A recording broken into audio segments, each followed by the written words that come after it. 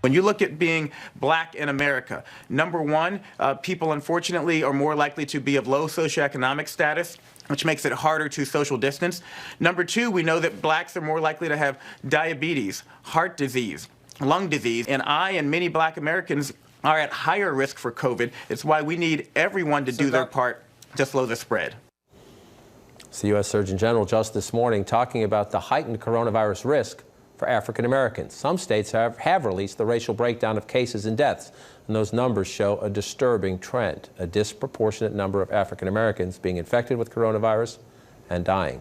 Joining me to share their expertise in their reporting, Dr. Kamara Jones, the former president of the American Public Health Association, Politico's Laura Barone-Lopez, and CNN's Van Jones. Doctor, I want to start with you, and I've just put up some numbers. I'll get deeper into them in a moment, but just these side-by-sides. Illinois, African Americans make up 15% of the population. They are 42% of the state's coronavirus deaths. In Louisiana, African Americans make up about a third of the population. 7 in 10 of the deaths in Louisiana, African Americans. In Michigan, it's about 14% of the statewide population, more than 40% of the deaths in Michigan from COVID-19 in the African American community. It's a combination of things, I'm sure. Some it's the urban density, some is the disparity in the healthcare systems. What is your biggest takeaway on why this is happening and what can be done? So, first of all, we have to be clear that in December 2019, none of us was immune, right? So all of us should have an equal opportunity of being infected.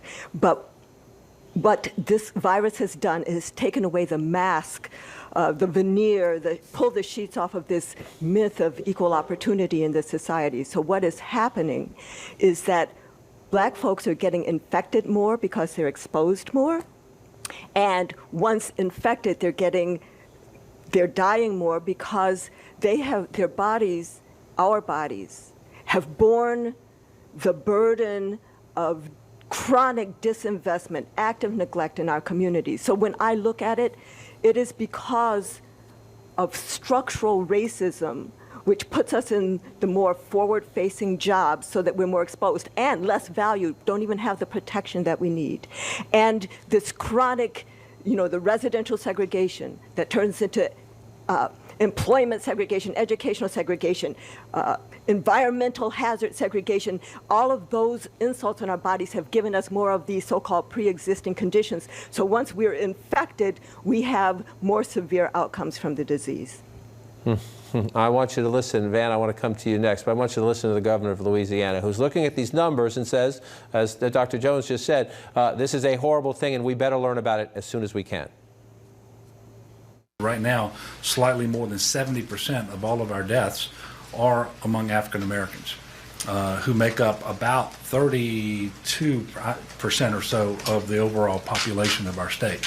So obviously this is a big disparity, and we're going to try to figure out what that is attributable to and what we can do about that as quickly as possible. And Van, as you come in, I just want to put the numbers, just Louisiana numbers up side by side, because people need to look at the numbers and let them sink in when you look at it. 33% of the population of the state of Louisiana is African American.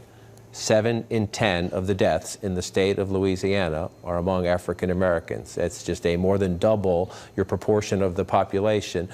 When you hear the governor there, Van, I take him at his word that he is very well intended. You also know the history here. We have a crisis, everybody ramps up, a lot of money gets spent, and then some of the disparities that may have been a major factor in contributing to the crisis, when they're over, they either get forgotten, put aside, or there's not enough resources to deal with them. Well, I was in conversation with the governor yesterday. I know that he is well intentioned, but here's the reality. We got off on the wrong foot here from a media point of view and from a community point of view. Everybody started saying in the black community, this is a white folks thing. You're hearing about white folks in nursing homes. You're hearing about white folks who went to China. And in fact, a rumor got started that black people were literally immune to this disease. That was all over the internet. Started off as a joke. People took it seriously. And in fact, you've seen this before with HIV. Oh, HIV, that's just for gay people. I don't have to worry about it. And then it spread everywhere.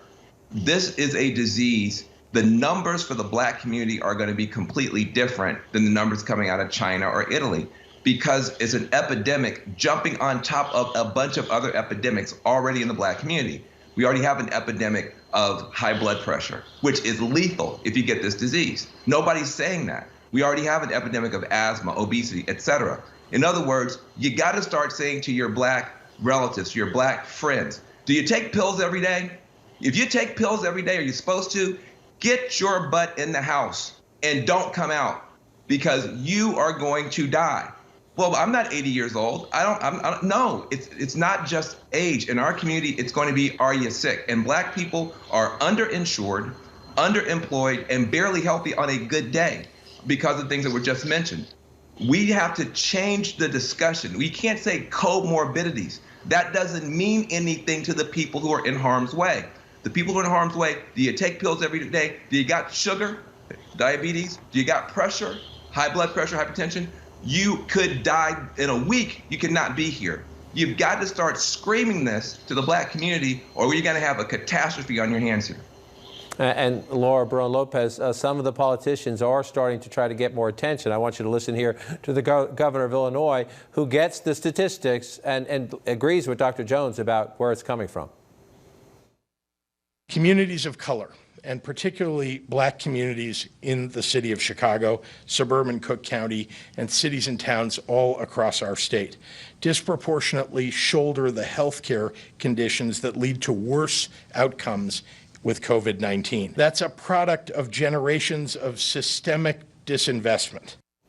He talks about the generations. Laura, again, I want to show you the Illinois numbers because I just think people need to understand by looking at the numbers and understanding the disproportionality of this. 15% of the population of Illinois is African American, 29%, double the population essentially percentage in the cases, and then 42% of the deaths. You've been doing a lot of reporting on this issue. Everybody's in crisis mode right now, trying to protect their citizens, trying to get their hospitals the supply they need.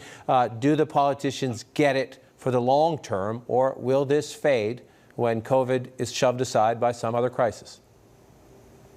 Well, it's really key to ensure that this is something that doesn't get brushed aside after coronavirus is more contained is that data, and there's a lack of data right now. And this has been a long issue in the public health sector. Public health experts, epidemiologists have long warned about this. They've said that when a pandemic like this comes, we do not have the structures in place.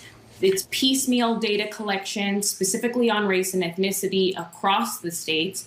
There's elements where the chain of reporting race and ethnicity gets broken down, whether it's the physician not writing it down because they're overwhelmed during a pandemic, or once it gets to the testing labs, a lot of them actually don't even have a space where the physician can write in ethnicity. So that leaves populations such as the Latino population potentially having nowhere to put their ethnicity when a physician is inputting that. So there's a lot of there's lots of lacking data right now when it comes to this, and that's important. It's important to have those numbers because then the policymakers I was talking to, whether it's local, state, or federal, say that only then, once they have that information, can they make decisions about where the federal funding is going, whether or not resources need to be redirected to different communities, to minority communities, if they're being hit harder. And so that's really the key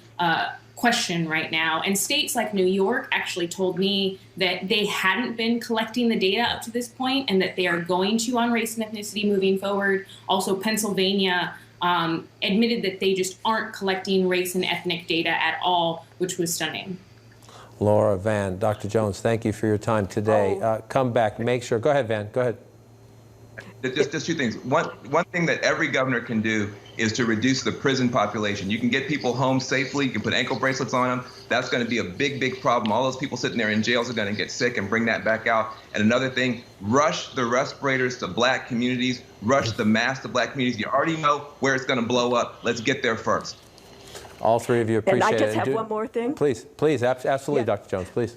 Right. So what I have to say is when we get these numbers, we can't just sit on them. We must act, because one of the most nefarious ways that racism operates is through inaction in the face of need.